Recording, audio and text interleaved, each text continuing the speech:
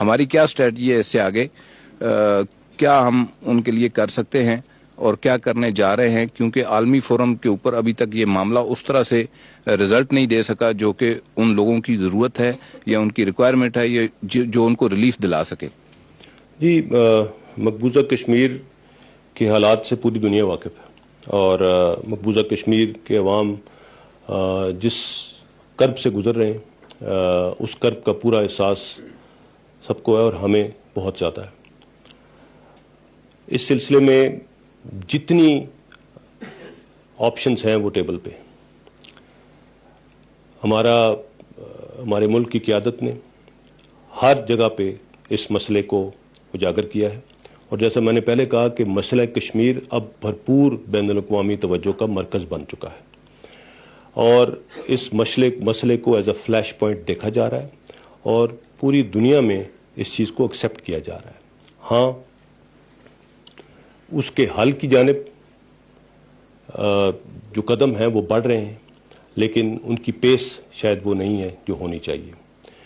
لیکن the world is alive to what is happening, and we have our leadership, our country's leadership has done its best to bring this problem to light and tell the rest of the world that what could this lead to. So Pakistan ہر طرح سے تیار ہے. اس کا فیصلہ ہماری حکومت نے کرنا ہے کہ کشمیر کے مسئلے کے حل کے لیے آگے کیسے بڑھنا ہے.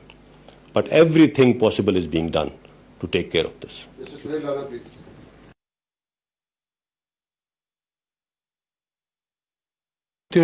آپ آرمڈ کورین آ گئے. میرا سوال آپ سے، ہونے والے جو مذاکرات ہیں اس میں کوئی تعطل تو نہیں پیدا ہوا؟ یہ جو 29 کو ایک ایگریمنٹ سائن ہونا ہے، اس پہ آپ کی کیا معلومات ہے جو ہم سے شیئر کر لیں؟ ویسے تو یہ فارن آفس کی ڈومین ہے، بٹ میں جتنا آپ کو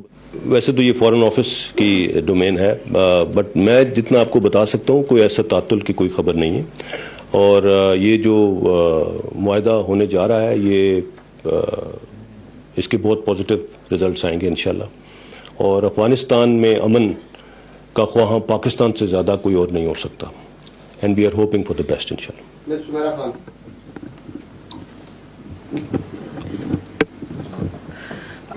Sir, this is Sumaira Khan from Indus News, and my question would be, if we look towards engagements with the US and other countries who always come to interfere whenever if we talk about the escalation ladder, you pointed out the escalation ladder as well. So right now, can you please highlight the country's contribution towards those who are de-escalating the tough conditions between Pakistan and India? And secondly, referring to the Afghan situation right now, there is a confusion with reference to the Afghan presidential election. What is Pakistan's take on that? Because there is a rumor in the air that it is talk of the town as well, that Pakistan's bilateral relationship is getting sore and sore towards Afghanistan. So what is the kind of you can say that strategy towards Afghanistan right now, if we look towards our defense cooperation with the country? There is, I'll take your second part of your question first. There is nothing wrong with our relationship with Afghanistan. We have very cordial and good relationships. And as far as this peace accord is concerned, Pakistan has done its best to facilitate this peace accord. And that has been acknowledged unanimously by everyone. So I don't see any reasons for our relationship going sour with Afghanistan. Now coming over to your question about which countries helped de-escalate the situation between India and Pakistan. That's your question? Trying to. Well, the whole international community has a very solid stance on this. They, whatever we've highlighted, you've seen in a very recent visit to India, the United States President also praised Pakistan's role in the region.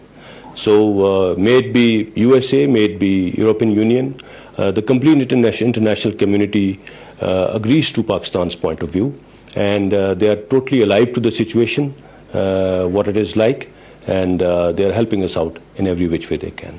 So, Mr. Amir Jasana, please. جل صاحب میں آپ سے تھوڑا سا ہٹ کے لیکن اسی پریس کانفرنس میں آپ نے کہا کہ ٹیررزم سے ٹورزم تک ہمارا سفر پہنچا ہے، اور جب پاکستان کے حالات ٹھیک ہوئے ہیں تو ایک قدرتی آفت کی صورت میں کرونا وائرس اب پاکستان کی سرحدوں پہ آ پہنچا ہے، مریض پہنچے، اور مسلح افواج ہمیشہ پہنچتی بھی ہیں مدد کے لیے۔ اس سلسلے میں جہاں ہمارے بارڈر اوپن ہیں بہت زیادہ اور دشمن ہر قسم کی گیم کرنے کے لیے چاہتا ہے کہ پاکستان خراب ہو، اب سعودی عرب نے بھی فلائٹس بند کی ہیں، ہمارے پاس کیا علاج ہے اس کرونا وائرس کو جو کسی اور صورت میں یہاں پہ آ نہ جائے؟ دیکھیے، میں پہلی چیز تو یہ کہ ہیلتھ منسٹری اس کو بڑے اچھے طریقے سے ٹیکل کر رہی ہے۔ آپ نے کل رات کو ڈاکٹر ظفر مرزا صاحب کی پریس کانفرنس بھی سنی ہوگی، اس میں بڑے سیر حاصل طریقے سے انہوں نے اس کے لیے کیے گئے اقدامات کا بھی ذکر کیا اور جو اب تک ہم کر چکے ہیں۔ میں اس میں صرف یہ بتا سکتا ہوں کہ اگر اس کو دیکھا جائے، پاکستان کے ارد گرد تمام ممالک میں یہ وائرس پھیل رہا تھا اور پاکستان میں ابھی اس کے 2 کیسز کی تشخیص ہوئی ہے۔ سو اٹ مینس کہ ہمارے انتظامات جو کچھ اس کے بارے میں کیا گیا ہے دے آر پیئنگ آف۔